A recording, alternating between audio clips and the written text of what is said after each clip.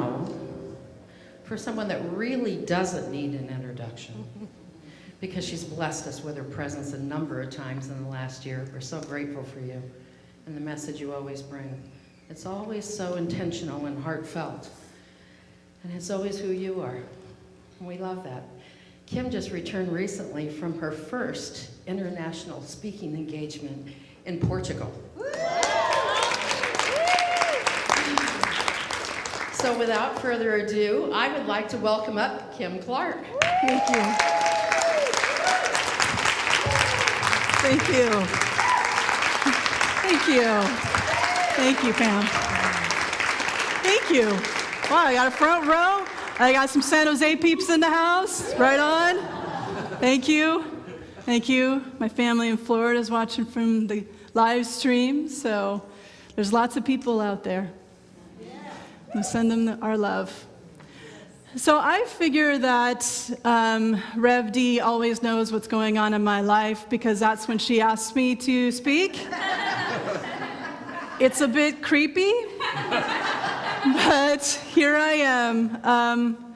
Prayer is the theme of the month, and Livin On A Prayer, you know that's Bon Jovi, right?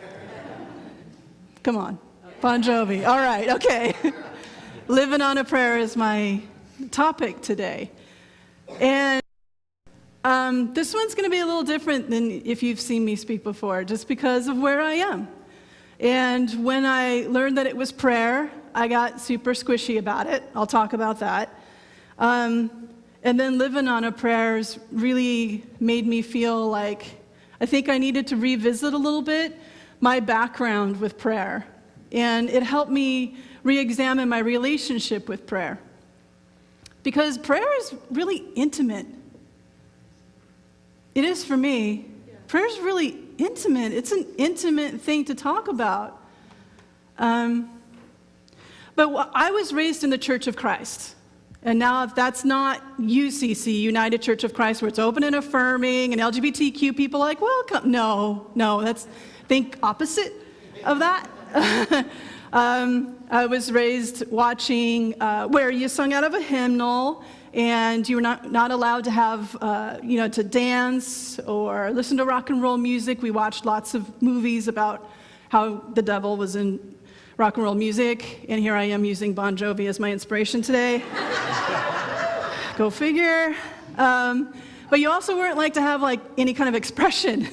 It was just monotone. Everything was monotone, and you just didn't have any life in what you were experiencing on Sunday mornings. And that's how I was raised, in that those kind of rules of how to relate to God.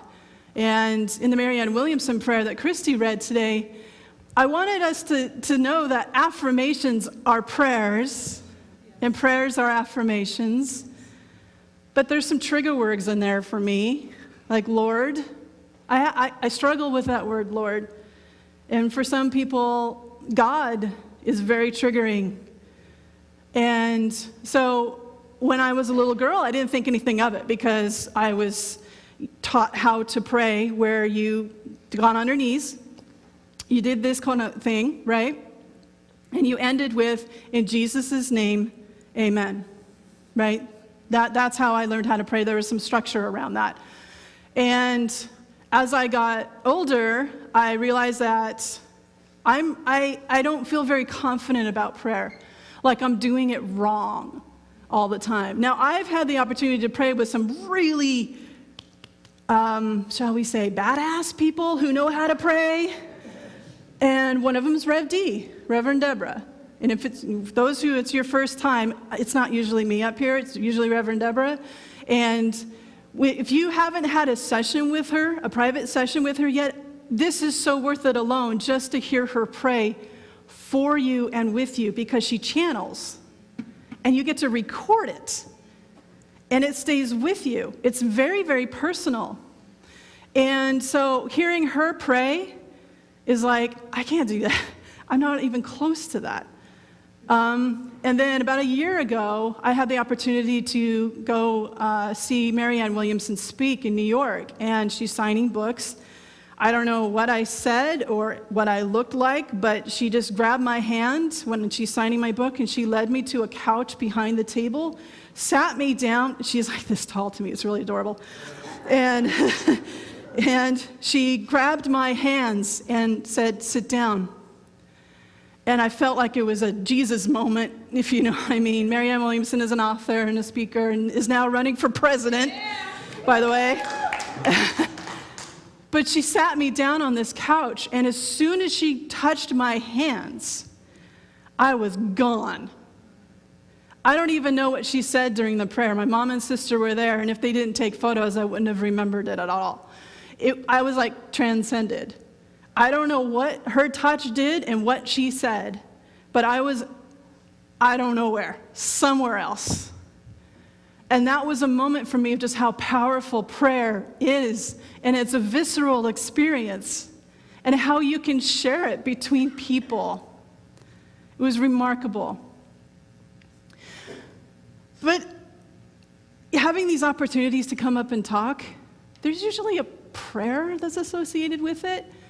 And since I've been doing these talks, it's been really hard for me to get out of my own comfort zone to pray in front of y'all, to pray in public, even if it's a small group, because I have these examples, and I don't feel like I can live up to them, like I'm going to do it wrong, I'm going to sound stupid, right? Anyone else have that experience of just like not feeling, okay, thank God, all right. You know, there's just like this, you see somebody else do it, and he's like, you know, and then when somebody calls on you. I was at a beach boot camp one morning, and this is like a workout on the beach, and somebody's like, well, Kim recently talked to church. Kim, why don't you lead us in the closing out of our workout? And I'm like, I'm dripping with sweat. My hair is sticking up in 4 different angles. Okay. And so I blurted out something, and then I just felt like, oh, what was that? Because I felt like there's this character now, you know, but I can't do characters. So I've just tried to do it authentically through me. But I don't always feel like a repeat, you know, and all that kind of stuff. Now, we teach here at Inner Light in the classes Pam just mentioned, spiritual mind treatment.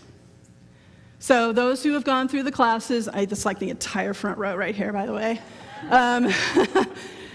There are steps in the spiritual mind treatment. So let's go through the steps. What's the first step? Recognition. That's recognizing who you are. You're recognizing your relationship. There's all kinds of ways that you can recognize in prayer. Next, unification. We are connected to Source. We are not alone. We do not have to be alone. We do not have to do this life alone. We have a well. We have a connection to Source. We are a finite universe. God, whatever word you choose, is infinite. Next, realization. You'd realize that, this is fantastic. I don't have to do this alone. These are just examples, obviously. You make it your own. What's next? Thanksgiving, gratitude. Gratitude unto itself is a prayer. And lastly, release. Release. Yeah. There's different ways that people pray because a lot of us are squishy around it. I tend to use conversation with God. So I will out loud talk to God in my room, or I wake up in the morning, or I'm going to sleep at night. I will out loud talk to God. All right, God, that was quite a day you threw my way. And I have a conversation like it's my friend, right? I'll wake up in the morning, and Marianne Williamson has like some steps that you can include in your morning prayers. Who would you have me be? Who would, what would you have me do? Where would you have me go? What would you have me say, and to whom? Centering with those questions. I use those. It's actually on a Post-it in my bathroom, are those questions to remind me. That keeps me present. But sometimes it's in my head. I've used prayer for a parking spot during the holidays, for, shooting a free throw in high school. Please help me make this shot. Prayed for Mr. Right, then at 28, Mrs. Right. That's just my journey. I don't know. There's different ways that we pray, and there's different things that we pray for. And prayers come in pretty handy in my life. If you don't mind, I'm going to share with you a couple things that have happened in my life where prayer has kind of come in handy. Can I pull up a chair? Tomorrow is the 5th anniversary of when my son was overdosed by a caretaker with his medicines. And we went to Dominican, and he was gray and struggling to breathe. He was 5 at the time. I was at work, and I had to drive back from San Jose. It's about 35 minutes for live streamers over a mountain to get to the ER. And seeing him in that state, all hooked up, I was like watching an ER episode when his monitor started beeping crazily. And it was like an ER episode where everybody was flipping over the counters and busting through the curtains, and everybody was coming in from both sides of the emergency room. Because what was happening is that his heart was stopping. And it's funny what happens in that moment. You don't know what you're going to be like in certain moments in life until they happen. What my body did was to start clapping, trying to get his attention and keep him here, selfishly, right? And I started going, Jordan, Jordan, Jordan, Jordan, Jordan, just as long as I could, take a breath, continue, as loud as I could clap, shouting his name while they started working on him, praying. I was living on a prayer in the moment, praying for his heart to start before they got those paddles on him. They're firing it up, they're greasing it up, everybody's in position. The monitor stabilizes.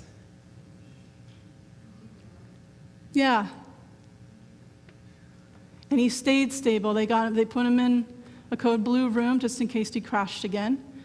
We spent 12 days at Lucille Packard in the ICU. There was about 2 to 3 days there that it was touch and go. They didn't tell us that at the time. It wasn't until he was totally stable that they said, we didn't know if he was going to be strong enough to make it. 5 years ago tomorrow. That was a pivot in my life. And I really got closer to understanding what it is to live on a prayer, living on a prayer. Part of the lyrics of the Bon Jovi song is, take my hand, we'll make it, I swear. Oh, living on a prayer. Take my hand, and we'll make it, I swear. Oh, living on a prayer. So I take those lyrics and I think of that's what God is saying to me in the good times and in the stressful times. Take my hand and we'll make it, I swear. That one worked out. You've seen him around. He's healthy. He's stable. He's good. He's growing. So thank God for that, right? Yes. The next one is much more recent than 5 years ago. In the last week, I have learned, you guys, a lot of you know that I'm going through a divorce. In June, it'll be 3 years since separation. 3 years. This has been going on for 3 years. We've been in court for over a year. The custody evaluation has been lasting 6 months, when typically they are 60 days, but it's been 6 months. And in the last week, I've learned that private investigators have been hired to follow me. Not just once, not just twice, but over several weeks. I don't know how you would respond if you were to learn of something like that, of somebody trying to find something wrong with you and record it and use it against you. I don't know how you would respond to it, but how I responded was first shock. Shock. Complete and utter shock, like surreal, like this is surreal, like this like in the denial kind of way, like this can't be happening. Things couldn't have gotten this bad, this desperate. How?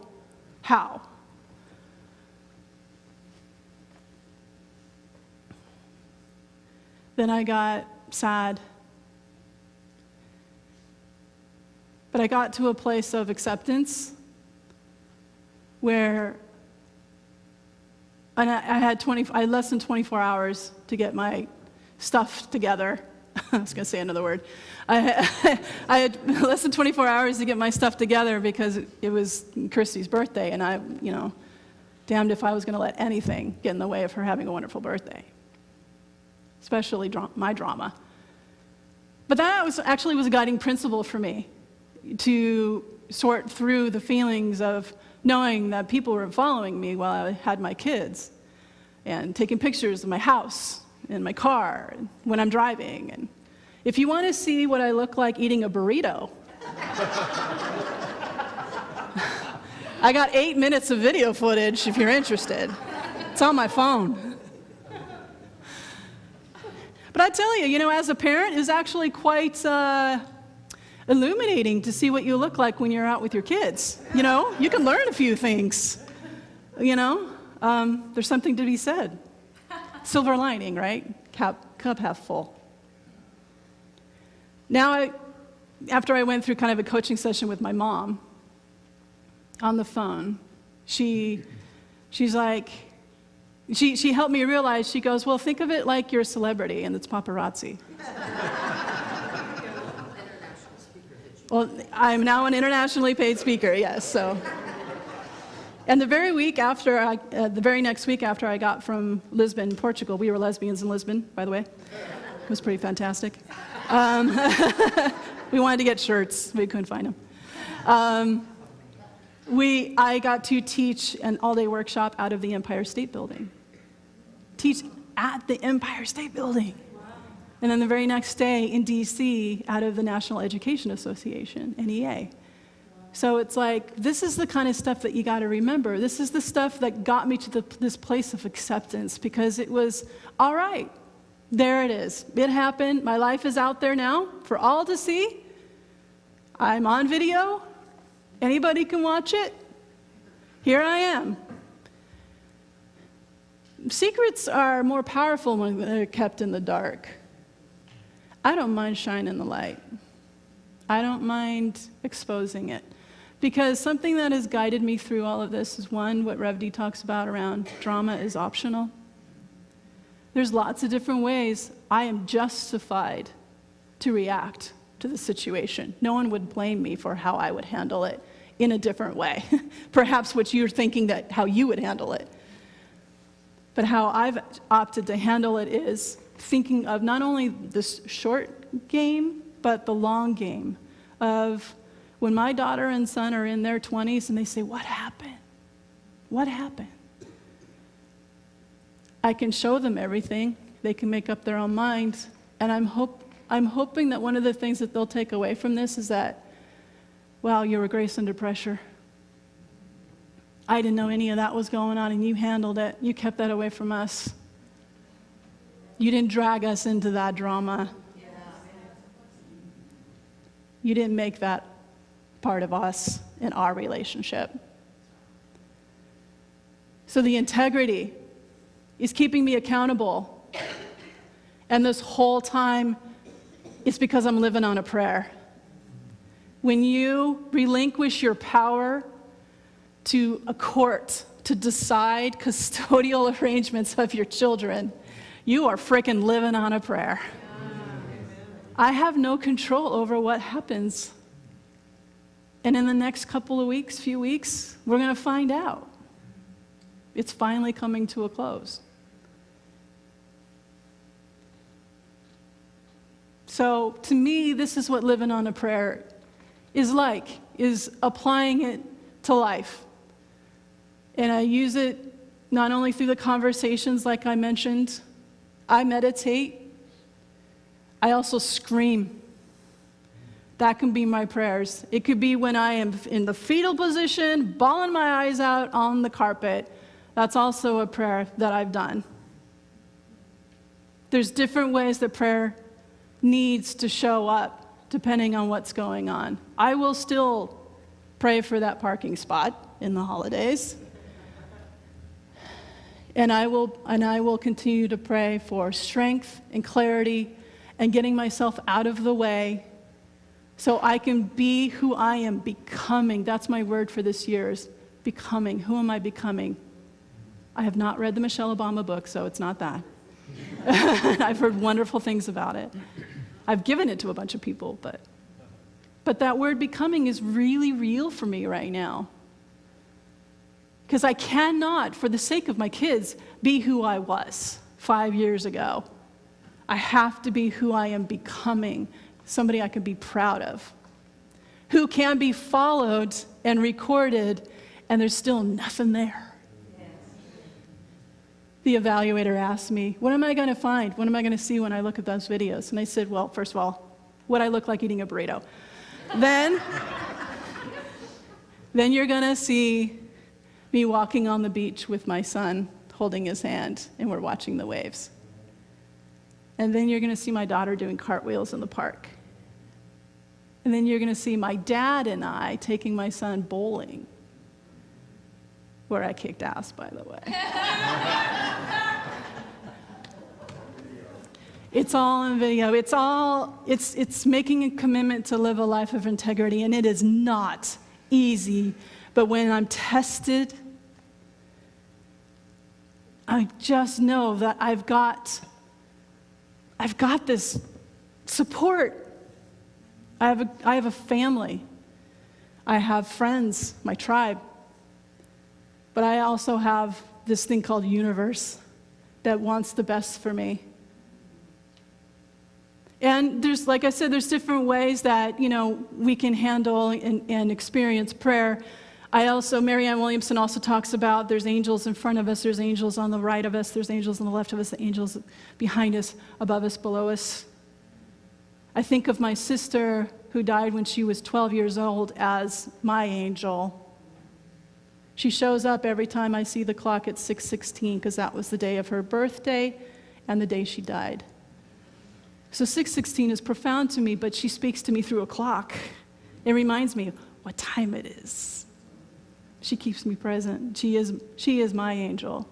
And I hope you have found or figured out who your angel is. But just know that there's a bank of angels, however you want to picture them or relate to them, who's just waiting to be asked for help. Anyone see It's a Wonderful Life? That movie, black and white, from the 40s, right? Guy believes that he is worth more dead than alive, wants to jump off a bridge at Christmas because of money problems. And he prays, and an angel shows up. Maybe yours looks like Clarence, I don't know.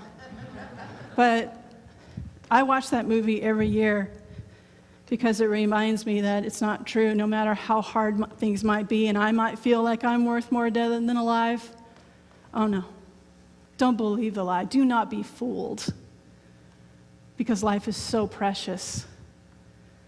And to be present in the now, so the people, when they look back from the future to now, they can see this legacy of intentionality.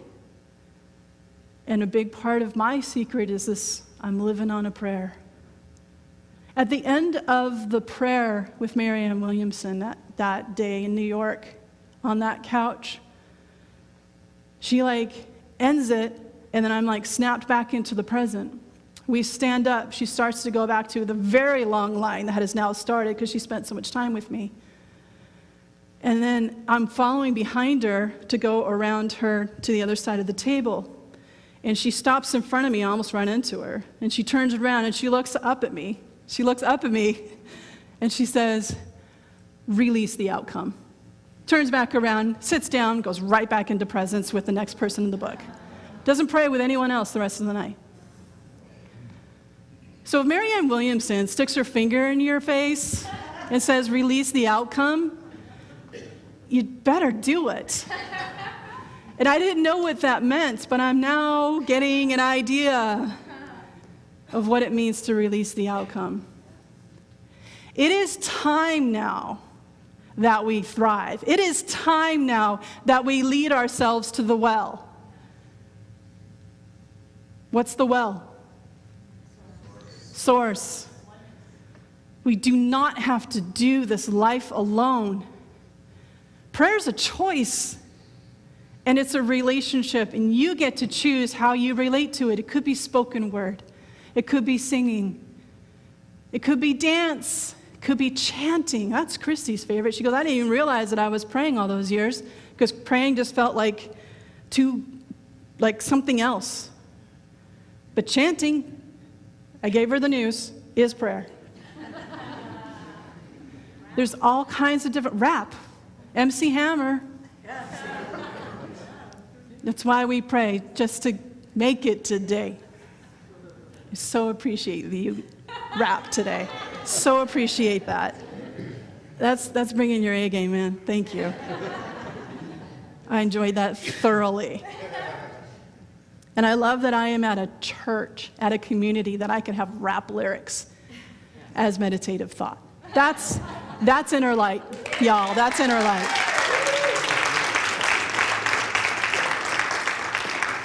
But it is time now. And what a time to be alive. In this great turning, we shall learn to lead in love. Choose love. Live on a prayer. At this time, I want to ask. Oh, yeah, all right.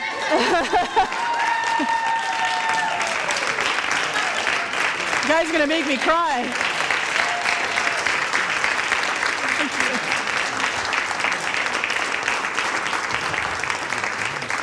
Thank you.